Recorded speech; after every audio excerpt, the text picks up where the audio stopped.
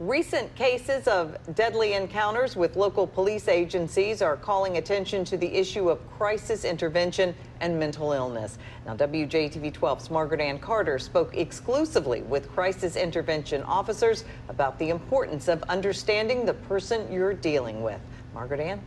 Well, this comes in light of the deaths of Pierre Woods and Mario Clark. While separate incidents, both of the men's families claim they battled mental illness and accused law enforcement of using excessive force. But there's one agency working to create a better outcome for both sides through education.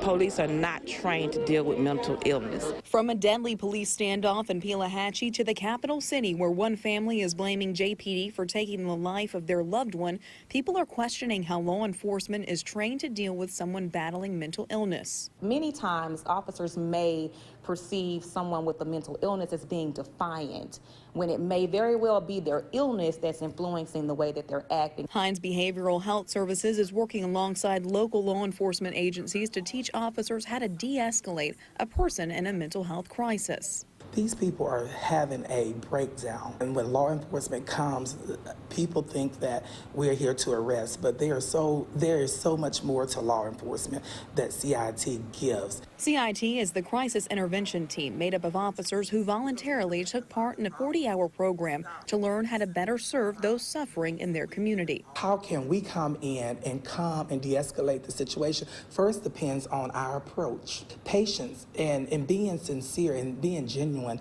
goes a long way. JPD Corporal Frederick Suttle says the program has changed his approach while on duty because not everyone deserves to go to jail. Some people just need help. We have to think ahead of the situation because we are judged on our 3-second decision. De-escalation could take 10 minutes. It could take 3-4 hours.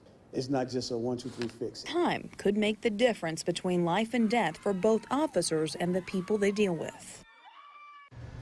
And if you have a family member that is in crisis and you call communications, you can always ask and request for a CIT officer to come to that location. And there's a special number for that, and that's 601-955-6381. We'll, of course, have all of that information on our website as well. I can only imagine there's not enough of the officers. Yeah, exactly. And, you know, it's on a volunteer basis.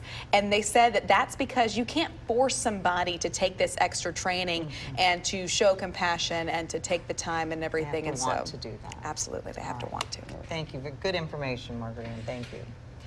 Well, anger on